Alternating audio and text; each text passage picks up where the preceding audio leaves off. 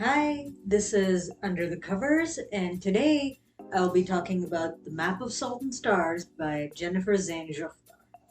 Now, before I start, I feel like a disclaimer that I should make is that this is not a rant review. I have been told I have a tendency to go off on rants when I talk about this book, but I just want to make clear that even if I get very agitated when I talk about certain parts of this book, this is not a rant review. I'm not hating on this book. Now that I've gotten that out of the way, let's get into it. So, this book actually tells two stories. One is the story of Noor, an 11-year-old girl who moves with her family to Syria after the father passes away. And the second is the story within a story that Noor is recalling that her father used to tell her, the story of a girl named Roaya who leaves home, disguises herself as a boy, and becomes a mapmaker's apprentice. So, one of the stories is based on the real world of this book, and the other has more fantasy elements to it, like mythological creatures or made up places. And other than occasionally mentioning the same territory, there isn't really much of an overlap between the two stories. So, the one that revolves around Noor, is talking about a family going through the Syrian civil war and the obstacles they face during that, going through that.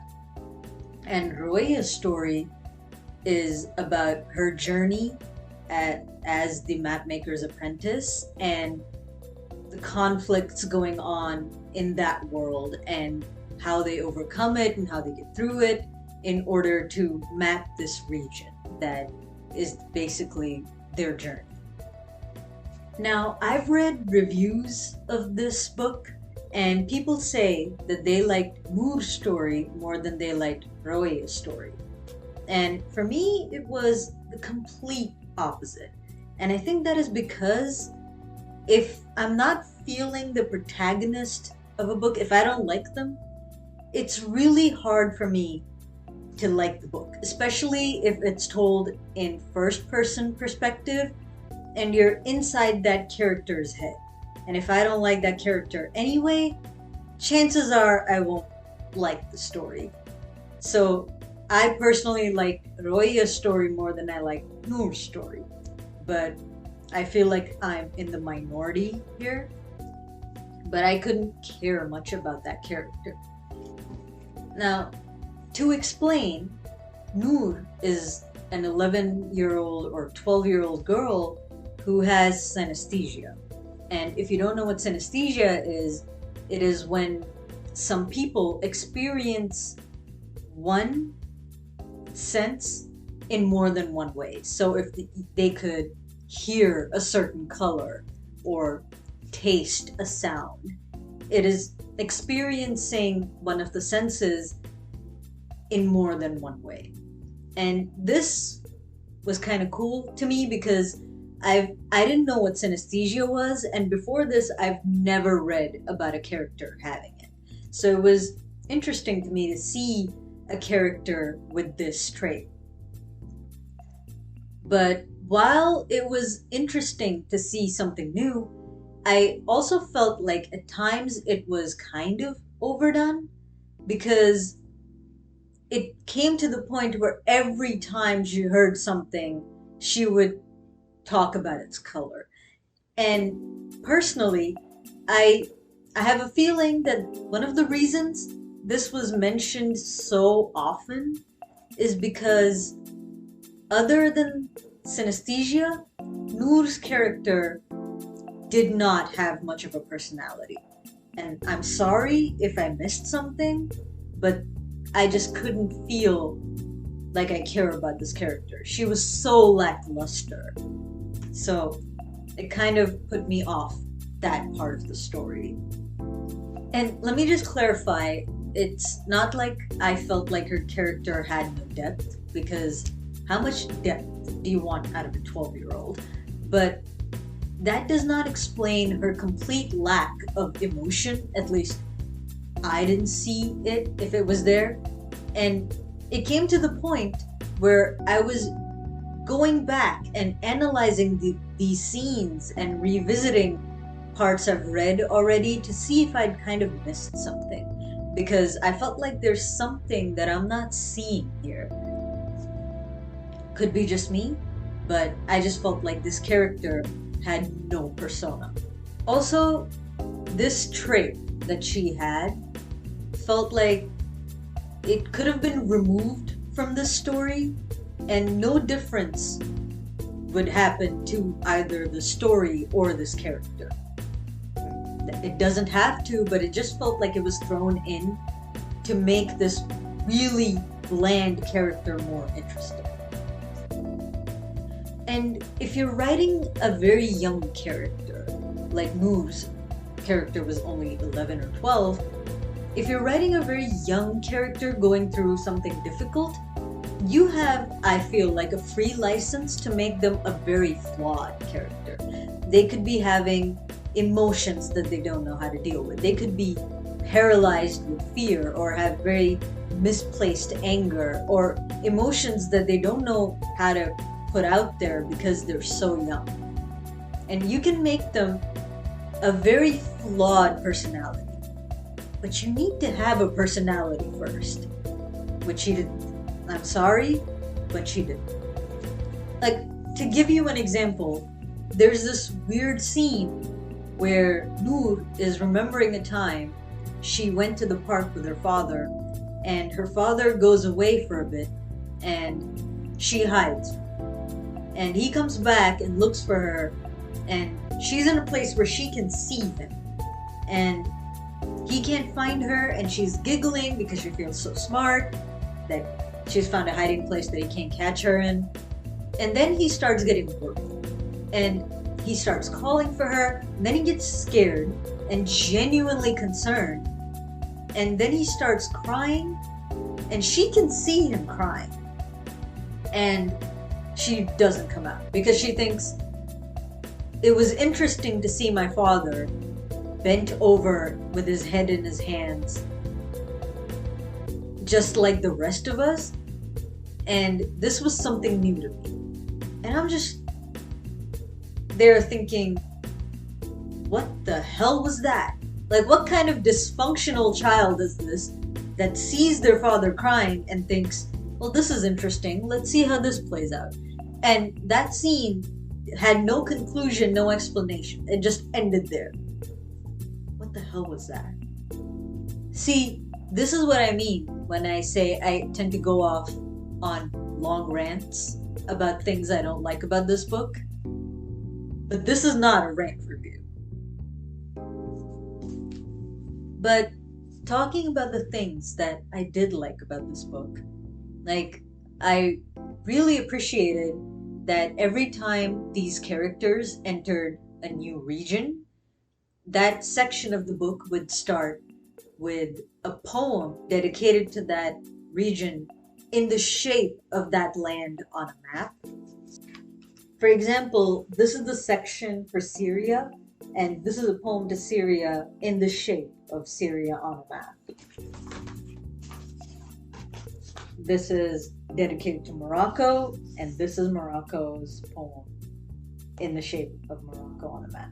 Also, the writing in this book is very beautifully done. Like, it's poetic, almost lyrical at times. I can't blame those people that say it was the writing alone that made them stick with the book till the end. At the same time, though, I felt like this book had subplots that didn't really need to be there. For example, there was a theme of Noor and her uncle Abu Sa'id looking for this magical rock. Her uncle told her this story about this special rock, and there was a theme of them trying to find it, and Noor would constantly collect stones and unique rocks and show them to her uncle in the hopes that she had found that magic rock. But that story didn't go anywhere. Also, there was this section where her mother made a special map for Noor. Noor was the only one who could read that map because she saw sounds in color, and since there were only paint splotches on the map, she could read words there. In a way, she could distinguish labels there. But that map also did not feel very important to the story. So it just seemed like there were these little subplots that did not really need to be there. One of the things to admire about this book is when it's talking about the refugee experience, refugees are not just written as these helpless, desperately crying people. They're shown as people who are genuinely caring for each other. Like, they were, even if they didn't know each other, people were sharing their food, their knowledge. They were opening their homes to people they didn't know before. There wasn't the mentality of every man for himself. There was more the mentality of, we're all in this horrible situation together. What can we do to make it easier on each other? And that just felt like a very touching point that this story had. It was an ongoing theme in the book. And there was also the other side of the coin, where wherever there are desperate and helpless people, there are people that are trying to take advantage of them and take them for anything they can get out of them. And there were characters like this in the book too, which is very true to life. So they would constantly run into these characters that would take more from them than they should, or try to exploit them in whatever way they can. They're taking advantage of these refugees because they know that they have nowhere else to go to, nowhere else to turn to. So another thing I'd like to say is that I really appreciate that this book does not attempt to make any sweeping religious statements, because Noor comes from an interfaith household. Her father was a practicing Muslim and her mom was Christian. And it could have been so easy to go down the route of making some kind of religious statement about acceptance or faith. But personally, I could not be happier that that route was not taken.